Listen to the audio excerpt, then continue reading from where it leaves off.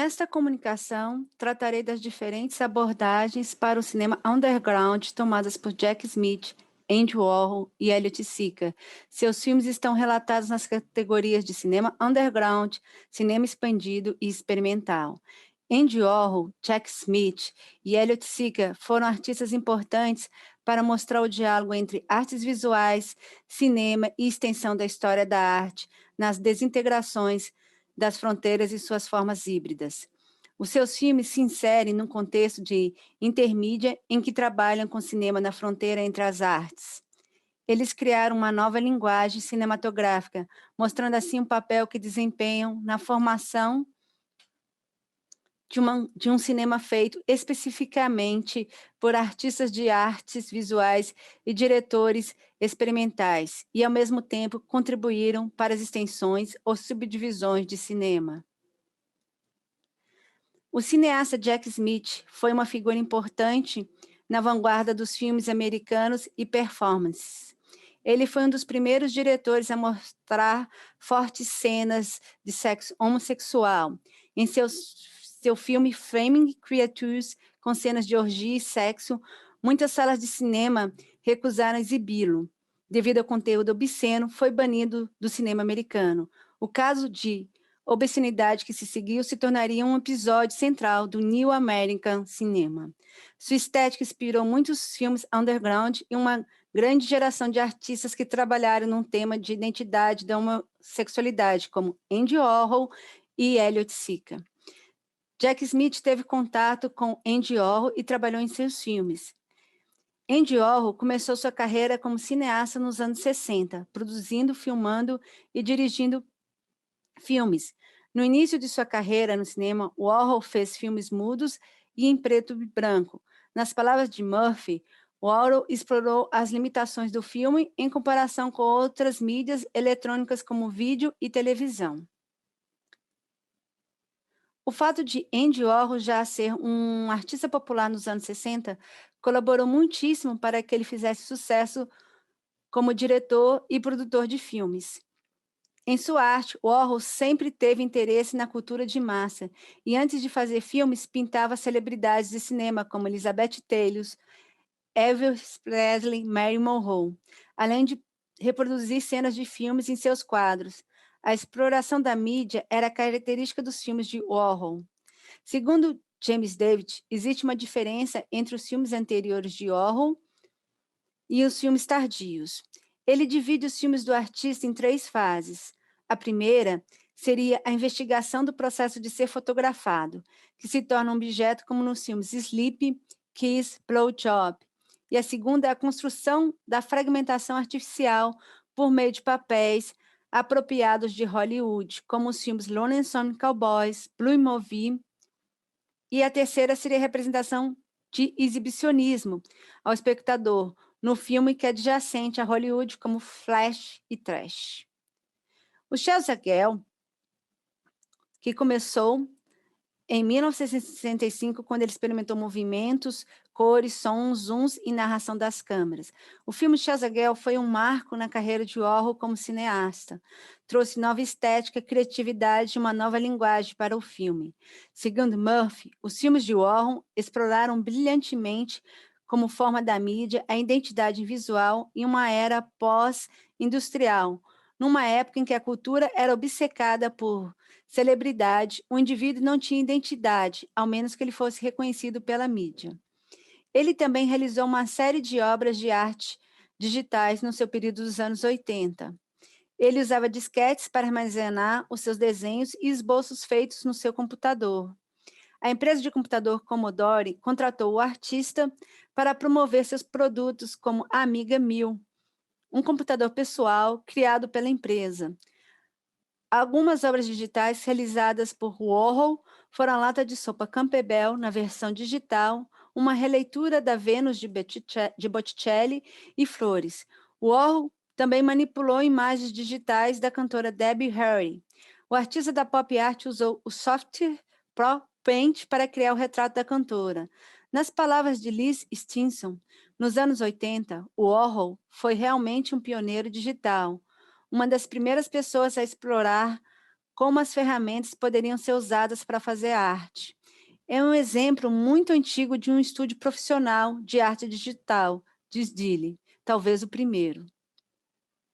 Antes de criar seus filmes, Oiticica assistiu os filmes de Warhol, Jack Smith e outros diretores undergrounds, como também de diretores do cinema novo e cinema marginal no Brasil. O primeiro filme que ele assistiu de Warhol foi Chazagel, do qual comentou ser este um excelente filme. Depois de assistir The Chazagels, influenciado por Warhol, escreveu seu primeiro roteiro, Nitrobenzol e Black Lionel, em Londres. Em dezembro de 1970, Oiticica mudou-se para Nova York, quando fez seu primeiro filme, Brasil e Jorge. Inspirados nas ideias de Warhol, Oiticica quis transformar o artista americano Lee Jeff em superstar. Já no início do filme, Jeff faz uma performance em frente ao espelho. A câmera trabalhou nesta cena com voyeurismo e vanitas. O filme é mudo e tem duração de 3 minutos. Segundo César Oiticica Filho, este filme seria o filme mais acabado de Oiticica, pois ele mesmo fez os letreiros e a montagem do filme. No filme seguinte, Agripina em Roma Manhattan, Oiticica se inspirou na poesia de Sousa Andrade, O Guês Errante, para produzir este filme. Neste filme de Oiticica, a arquitetura e a história de Nova York dominam o palco, enquanto a missidão do arranha-céu passa diante dos personagens do filme. No filme é mostrado um diálogo com a cena underground de Nova York, Mário Montes, a travesti e superstar de Andy Warhol, e o ator David Starfish, do Teatro de Ridículo, vestido de gangues, participação de Cristina Nazaré, atriz do cinema marginal, e do artista plástico Antônio Dias. Os filmes de Oiticica mostram o planejamento urbano e a paisagem arquitetônica dos arranha-céus de Nova York, não apenas como um símbolo americano, mas também pelo olhar de um brasileiro, que conseguiu perceber símbolos, paisagens e arquiteturas americanas em sua própria concepção, a maneira como eram vistas por ele. Assim, segundo David Summer, os arranha-céus, principalmente os mais altos, simbolizam não apenas a América, mas também a globalização, a expansão de formas e espaços americanos. Dessa forma, Oiticica, ao filmar arranha-céus nova-iorquinos, mostra a expansão dos espaços americanos. Segundo Summer, os arranha-céus de Nova York são uma imagem óptica da união de forças de energia, economia, produção e trabalho de todos os tipos. Conclusão: os filmes de Jack Smith, Andy Warhol e Oiticica foram de suma importância para pensar artistas que trabalham com a fronteira das artes. Precisamos compreender esses filmes experimentais realizados na década de 60 e 70 para pensar na arte digital como uma nova categoria de arte que exige uma compreensão da história recente, tendo em vista a expansão das noções de arte, criação estética, uma vez que no decorrer do século passado houve uma mudança de funções em vários campos de arte. Jack Smith, Andy Warhol e Oiticica foram importantes por trabalharem com formas híbridas de arte e pioneiros em utilizarem filmes, fotografias, performances e suas obras artísticas. Warhol, por sua vez, adentrou na arte digital. A participação do espectador nas obras de Oiticica, assim como a improvisação dos atores nos filmes de Warhol e a participação do público nas performances de Smith, contribuíram para a interação de um público. A participação do participador como elemento fundamental na arte teve um grande impacto no papel do artista e sua relação com a criação da obra de arte. Nesse contexto, as tecnologias digitais contribuíram com a participação do espectador e a inserção da arte no cotidiano, constituindo a arte interativa, a qual, por sua vez, promove a evolução das próprias tecnologias digitais. Muito obrigada.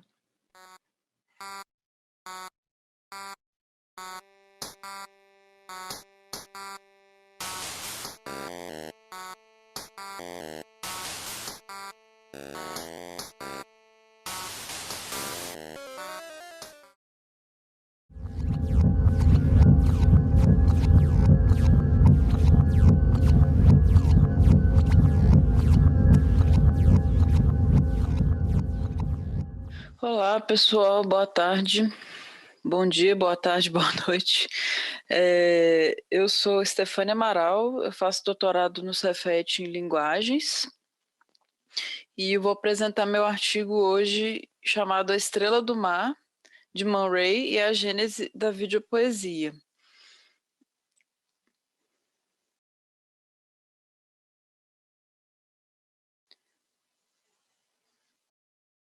Eu vou tratar sobre o curta-metragem A Estrela do Mar, de 1928, que foi um marco do cinema experimental no início do século XX, né, realizado pelo artista Man Ray, e é considerado por essa pesquisa como o gênese da videopoesia.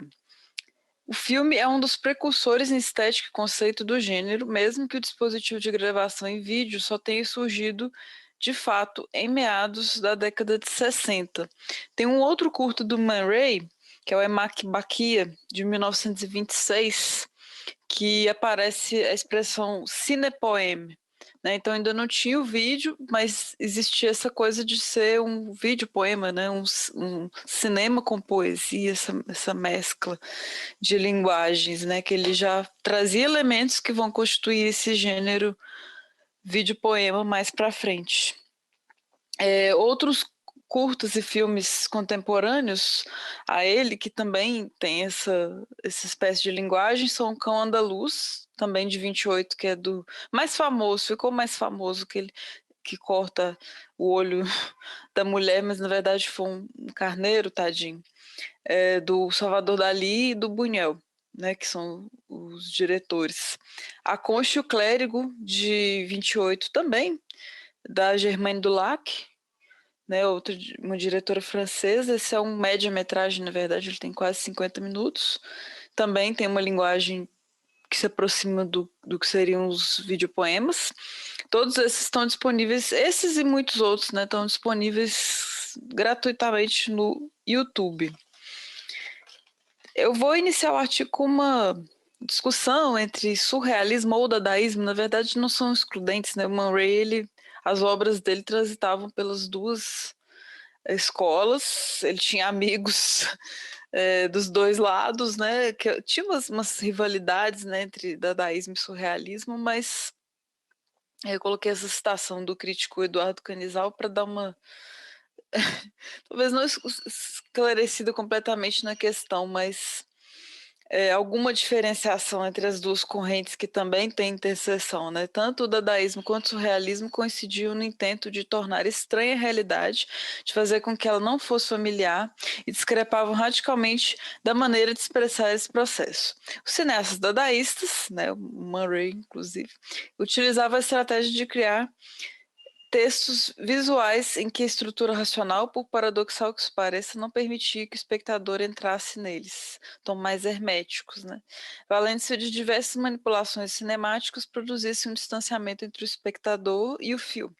Em contrapartida, os surrealistas serviam de outras táticas. Então, Man Ray é uma vanguarda, né? Ele estava experimentando com imagens, então existe essa discussão, mas não é uma definição fechada. É tipo, eu estudo filme de terror, filme de horror, filme de terror. Tem gente que usa os dois termos, né? Não é uma definição, uma separação tão clara. O Duchamp, por exemplo, que é um amigo bem próximo do Man Ray, é um dadaísta, né? Mas essas duas correntes confluíam muito nos anos 20.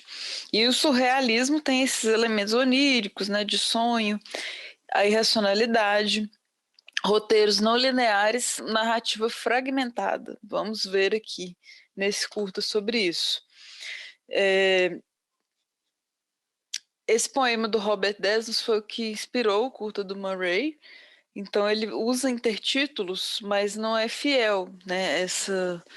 Existe a linguagem verbal no curta, em alguns momentos, com versos do poema ou outras interseções, tipo um adio, que é o adeus, no meio da trama, quebra uma expectativa em relação ao romance. Esse adio não está no poema, então algumas interferências, há alguns trocadilhos em francês nesse poema, essa questão do efêmero, do era e do é bela aqui no final.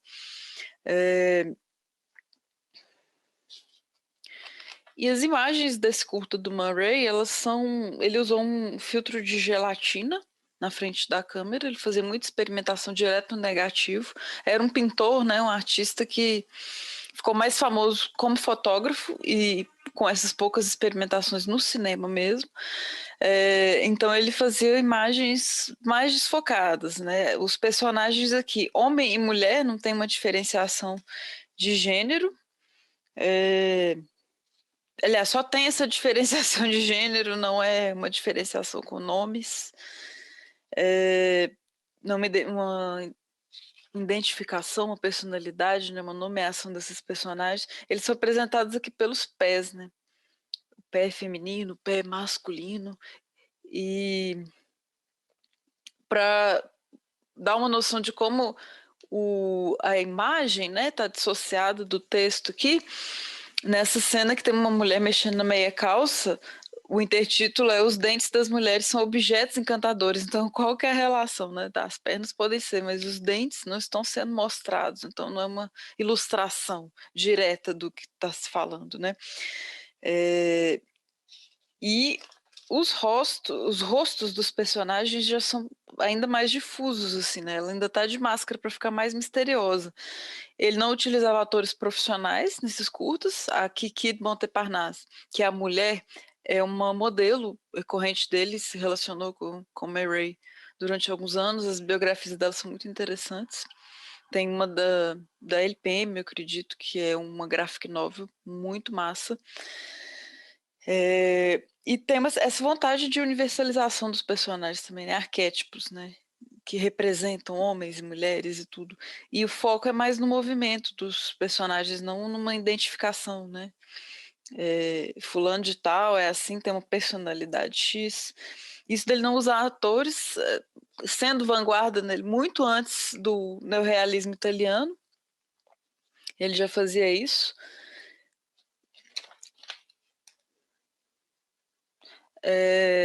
Closes em objetos, em trechos, pedaços do corpo também, né? Tipo as mãos, as linhas das mãos remetem ao futuro, ali ao destino, né? A cartomante vai prever a leitura da mão, essas linhas da vida. Mãos como mapas, uma expressão que eu utilizei no meu artigo. As composições visuais que o Murray faz, eu destaco, né? Essa estrela vai se repetir em várias cenas. Os objetos são bem mais nítidos do que os humanos, né? Tem uma valorização disso. Ali o pé da mulher no livro, né? A figura da mulher e a erudição, né? Literatura. Esse contraste claro-escuro ele vai fazer sempre. Uma coisa meio expressionista que já, né, tem o impressionismo nas imagens focadas e o expressionismo nas cores. E a poesia, né, o poético vai reaparecer aqui, independente da linguagem verbal, na sinestesia e na simbologia das imagens. E é isso, pessoal. Muito obrigada. O tempo é curto. Leia o meu artigo e boa apresentação para todos vocês.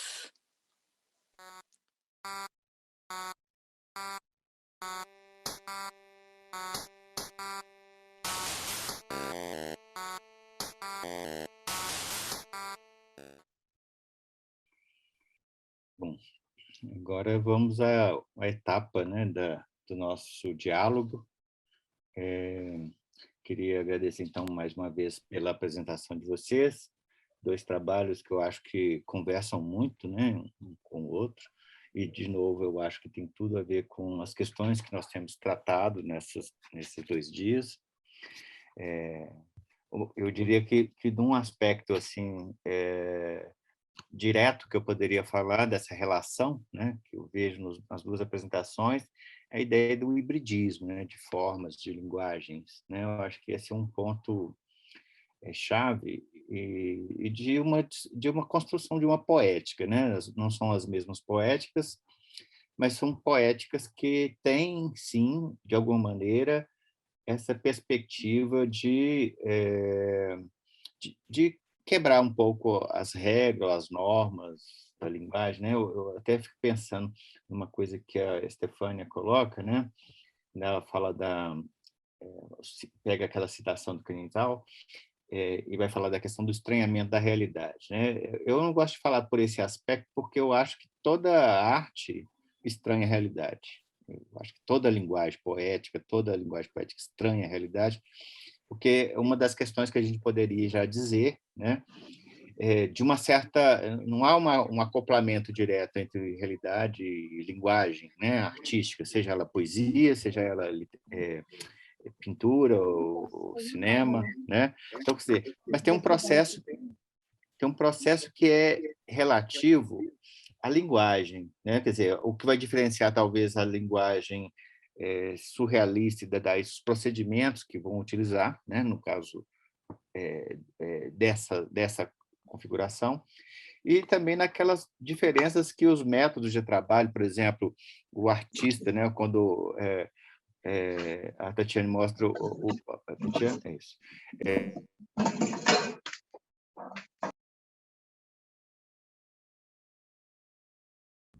Rogério, fechou o som.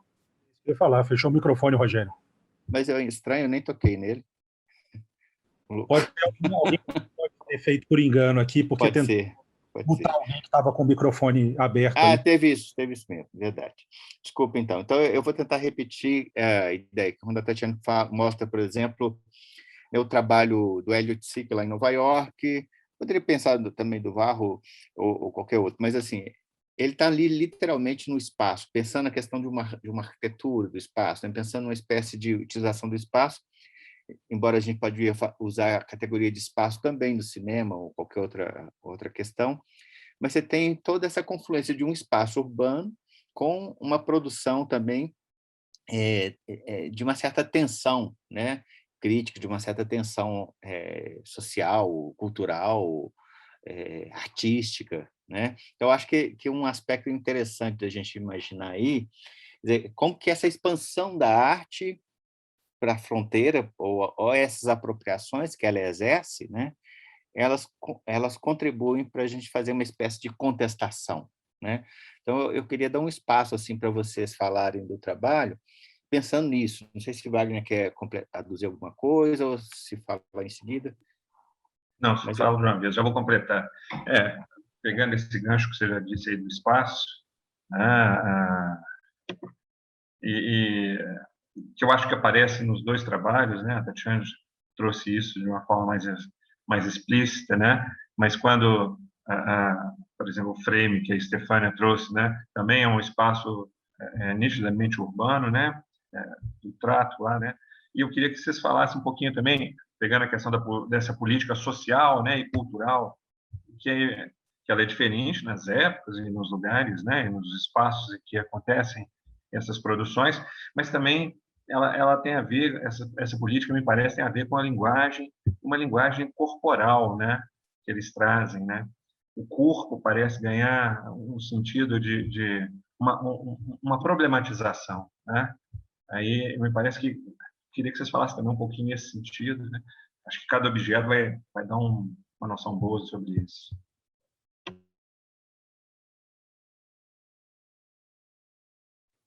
Pode escolher quem quer começar a falar.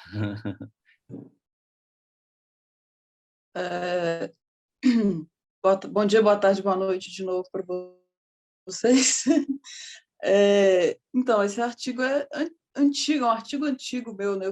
Comecei ele na graduação, ainda com o Wagner me orientando, e tenho um carinho grande por ele, que eu gosto muito dele até hoje no doutorado.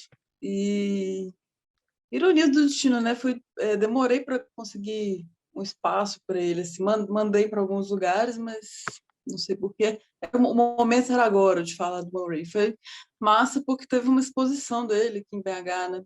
No CCBB, bem interessante, com muitas obras dele mesmo, a Kiki em várias delas. Eu virei uma grande fã da Kiki de Monteparnasse e toda. Eu já gostava muito dessa estética dos anos 20 mesmo, e figurina e tudo, mas Wagner falou, não sei se eu vou conseguir aprofundar assim, nesse tempo rápido aqui, mas Wagner falou da questão do corpo, né? E nesse culto e muitos outros do Murray, não citei isso, mas tem nudez, né? Tem até aquele momento, né? Antes de proibições no cinema que chegaram nos anos 30, né? Tinha muito isso, né? Do cinema como esse lugar da nudez também. E a Kiki sendo uma modelo dele para os quadros, né? Que é um artista, um multiartista, né? Começou como pintor, mas aí ele se interessou bem mais pela fotografia, né? Ele fotografava os próprios quadros e esse plano detalhe que ele faz só o pé, né? Só a mão, só não de objeto, né? O valor que ele dá para o objeto, de ser um cinema mudo e como que a poesia entra nisso, né? Não é uma uma lógica, uma narrativa linear, mas os versos estão ali, né? Daí ser um videopoema, né? Ser um cinepoema, que ainda não tinha o vídeo antes dos anos 60. Um plano geral seria isso. Essa questão social, não sei se eu saberia aprofundar, né? Porque a questão de gênero é muito assim, o homem e a mulher, não tem o nome dos personagens, então eu acho que ele vai mais pela estética do que uma preocupação social até, mais um impacto dessas imagens que tem no Murray, né? Quanto ele é apaixonado pela luz, pela sombra. Para mim é isso, assim, esse que é o jogo.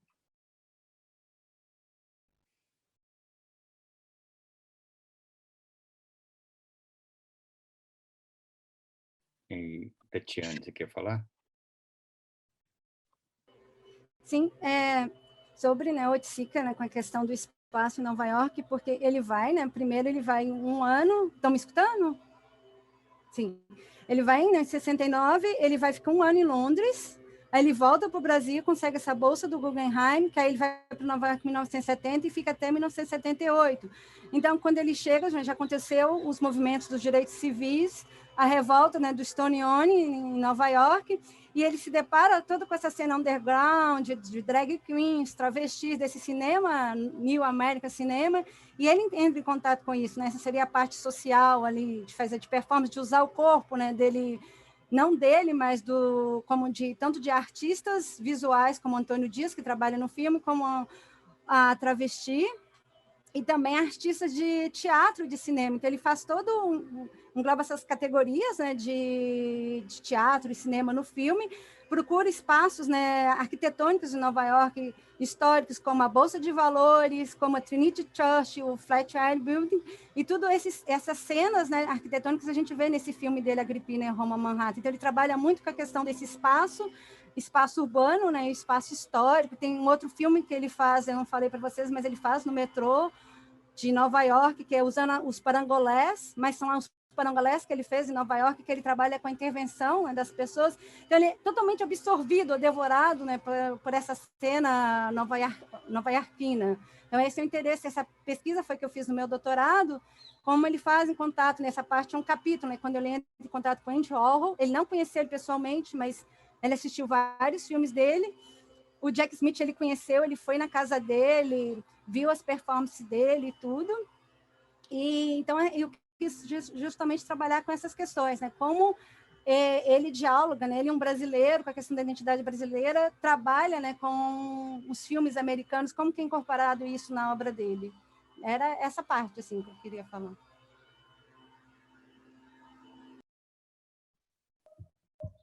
Não, legal, interessante.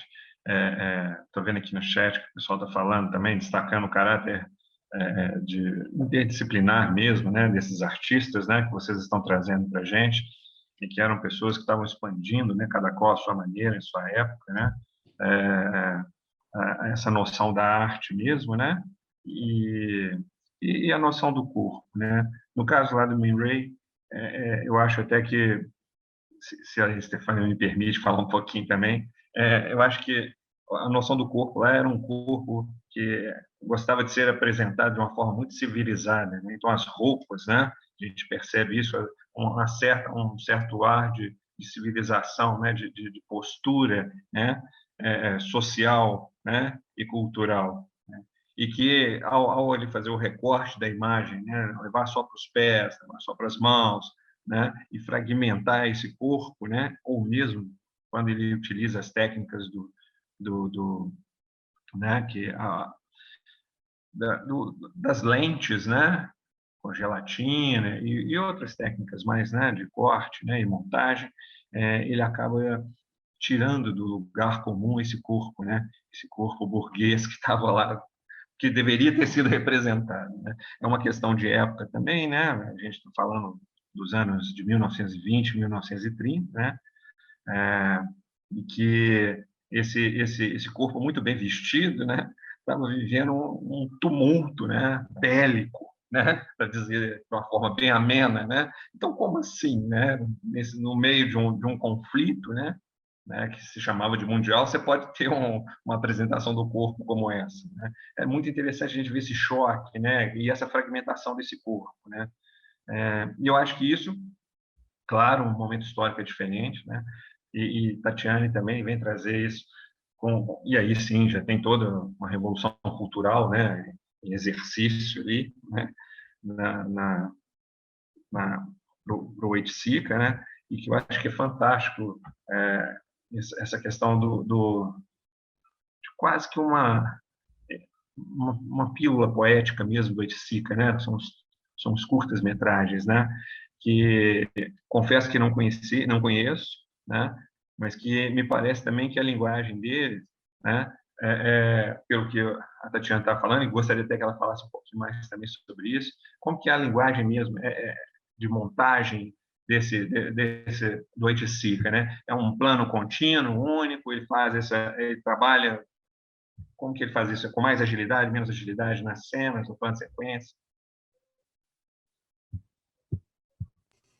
Então, o primeiro filme, né, que ele fez, que é o Brasil Jorge, é o único primeiro filme, né, que ele fez que terminou, que tem acabado que ele terminou, que tem 3 minutos, que aí ele põe o letreiro, aí as cenas são curtas, é o Lee Jeff na frente do espelho, depois tem um afro-americano que ele encontra e está no telhado, então assim, aí ele corta, mas não tem sequência, não tem história, nada no filme. E o segundo que eu falei, que é o Gripina Roma Manhattan, também não é um filme de narrativo, tem câmeras mais longas, mas como o Andy Oro não tem cortes, então às vezes a câmera vai para cima, para baixo, não é narrativo, né? A gente vê a performance, a gente sabe, né, pelo que ele escreveu, né, nas cartas no arquivo, que ele se inspirou no Souza Andrade, então a gente vai vendo a mesma coisa que o Souza Andrade citava como a Bolsa de Nova York, que a gente vê ali no filme, mas não tem essa linguagem narrativa. E ele tinha feito um curso na universidade lá nos Estados Unidos, esses mini cursos de Super 8. Então, a partir daí, ele começou a fazer esses filmes. E o Agripina não terminou. Então, tem umas fotografias que está no arquivo do Elliot Sica, que dá para ver que seria outro plano sequência, né? Que seria no parque, mas não foi incorporado no filme. Então, acredite-se, né, pelo que eu vi, algumas cenas, partes do filme se perderam. Então, tem aí, são 19 minutos, tá na internet, dá para vocês encontrarem o Agripina em Roma Manhattan, esse está disponível. Não, muito bacana, muito bom. Nesse sentido, então, né, dessa narrativa não linear, digamos assim, né, ele se aproxima do Man Ray, né, e do caráter de experimentar mesmo com a imagem. Né? É claro que são épocas diferentes, né, e essa apropriação também do poético, né, e aí um poeta, né, que a gente pode, não sei se a gente poderia chamar de vanguarda, né, mas enfim, eu acho que sim. Vai ter gente que vai questionar essa classificação, mas ele pelo menos ele é muito diferenciado, né, da época dele, né, e traz uma linguagem também muito interessante, muito antenada para o mundo, né. Acho que são pontos comuns entre as duas apresentações, os dois objetos.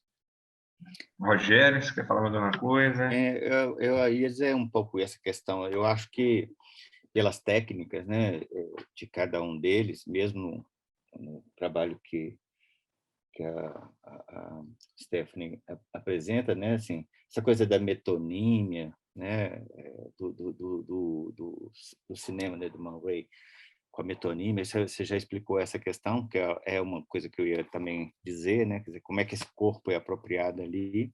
Então, eu acho ela realmente muito relevante, mas também enquanto linguagem, né? Eu gosto de pensar um pouco isso, e sempre também como essas técnicas de linguagem elas também se aproximam. Então, a gente vê tanto na apropriação do filme, né? Ou seja, você potencializa o poema, né? No caso do o poema do Desnoa.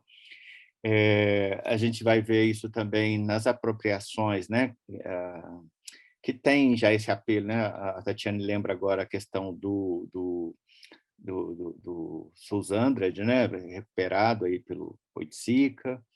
Essas leituras, na verdade, elas vão atualizando também essas obras, né? Elas vão criando novos parâmetros para que possamos lê-la, né? Então, quer dizer, pela fragmentação, pelo processo de apropriações múltiplas, pelo trânsito entre linguagens. Então, tem esse caráter que a Débora ressaltou há pouco, né, aqui no chat, da interdisciplinaridade, né? De uma certa postura já de quebra de expectativa. A gente não pode falar do mesmo tempo, né? Tanto por esse filme do Man Ray, com relação ao dos anos 60, conforme o Wagner destacou, mas a gente percebe que a postura de resistência ela está colocada nos dois, né? O contexto social é diferente, mas a postura de resistência está colocada. E também eu acho que essa questão, então, da forma como ela vai, por exemplo, olha os dentes, né? A Stefânia colocou, por exemplo, a questão quando ele cita os dentes que não estão na imagem, né? Essa forma metonímica, depois citar as máscaras, né? Eu observo pela própria imagem que é evocada, né? Se torna uma espécie de um ser ambíguo, né? Então a questão do gênero também ela acaba sendo um pouco mascarada, né? Por causa do forma, coisa, o corte de cabelo, tudo isso favorece. Então você tem um questionamento muito forte, tanto no sentido do corpo, que o Wagner ressaltou, mas também em termos dessa linguagem que esse cinema vai apresentando e vai construindo uma outra coisa.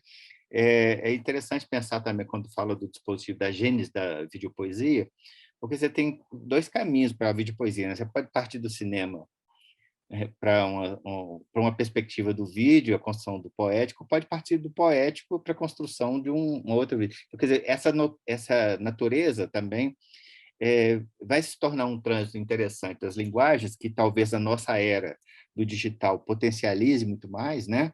Porque talvez hoje um vídeo poesia a gente não consegue muito perceber qual que é o movimento, né, que está sendo feito. Em alguns casos, sim, você pega a letra e começa a movimentar ela no vídeo, né? Mas a ideia quer dizer, a poesia já trazia implícita nela, essa poesia mais de vanguarda, né? O cinético, né? Esse cinético, com a tecnologia, caminha também para a videopoesia, né? O cinema sempre foi o cinético, sempre foi o movimento, né? E ele, de repente, ele tem que dar, ele tem que enfatizar, né? Para uma coisa que é da linguagem verbal, por exemplo, o uso da metonímia, por exemplo, né? Associada na imagem, ela constrói muito, ela está muito mais próxima do que a linguagem, né? O poema, por exemplo, e ela vai ser potencializada também num tipo de cinema cuja narrativa vai ficar muito mais complexa, né? Ou seja, tudo bem que a gente tem essas técnicas em vários filmes, várias produções cinematográficas, mas como narrativa ela se torna muito mais densa, né? Então acho que essas questões elas são também interessantes para se pensar, né? Dentro dessa hibridez que também são hibridez de linguagem. Mas eu queria também destacar aqui, aproveitando, né, tem aqui uma questão que é do André Assari, que fala sobre esse paralelo, fala para a Tatiana, para pensar o paralelo entre Varro e HQ, né? Ele diz aqui, porém, depois que... Não, o Elliot Sica, desculpa.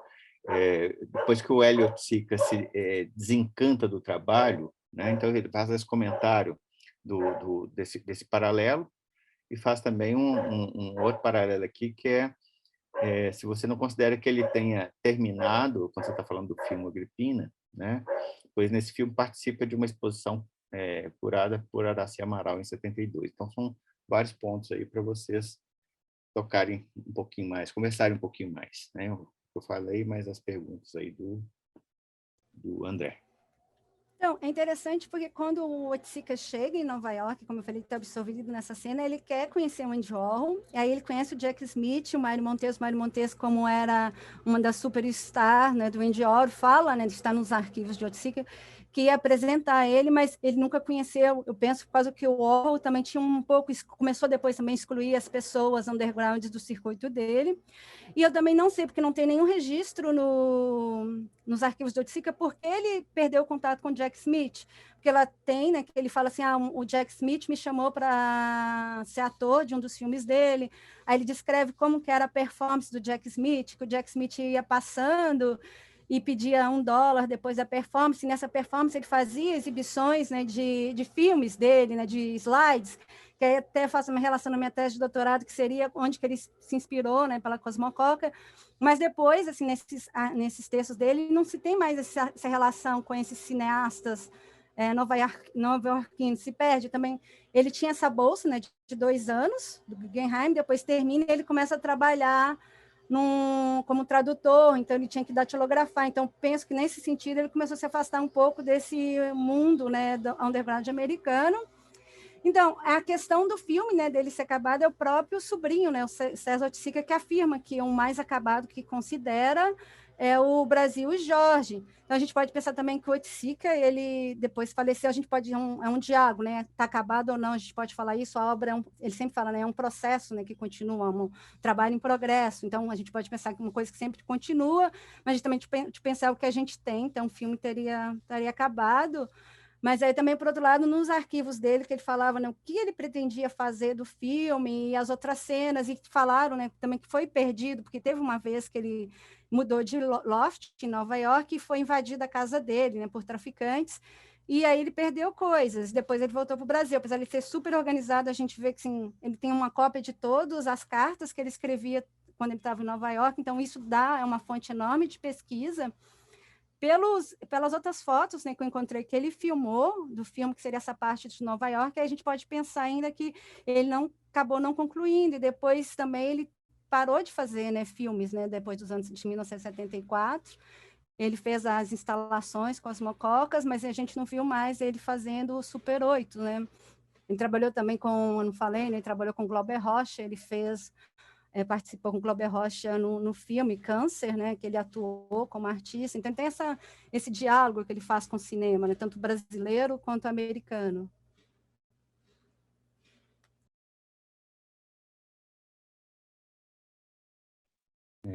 Não sei se teve alguma questão no YouTube, alguém, não sei se a Isabela está acompanhando, você sabe me dizer?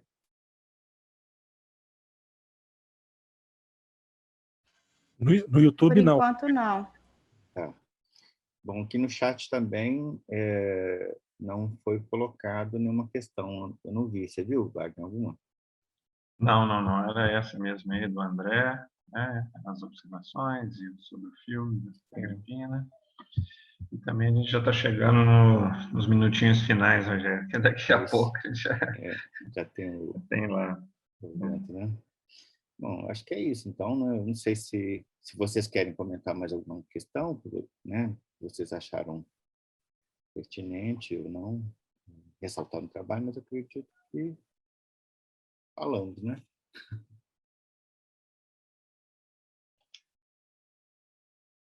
Assim. Já podemos encerrar, né, Wagner?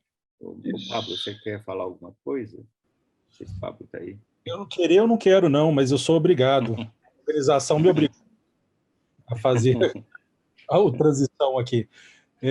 Pois é, então nós damos boa tarde para todo mundo, já que os coordenadores estão dando por encerrada essa sessão. Muito obrigado pela participação de todas e todos, da Tatiana e da Estefânia, especialmente nessa sessão, o Rogério e Wagner que promoveram aí a discussão. Convido agora todo mundo que está aqui nesta sessão, nós vamos fazer um movimento, né, de ir até o canal do YouTube do Labfront. Na verdade, nós vamos ter um tempinho aí de intervalo, né, porque essa próxima sessão no YouTube vai começar 3h20, né? Então nós vamos ter uma pausa, mas nós vamos aqui encerrar esta sala enquanto isto, né?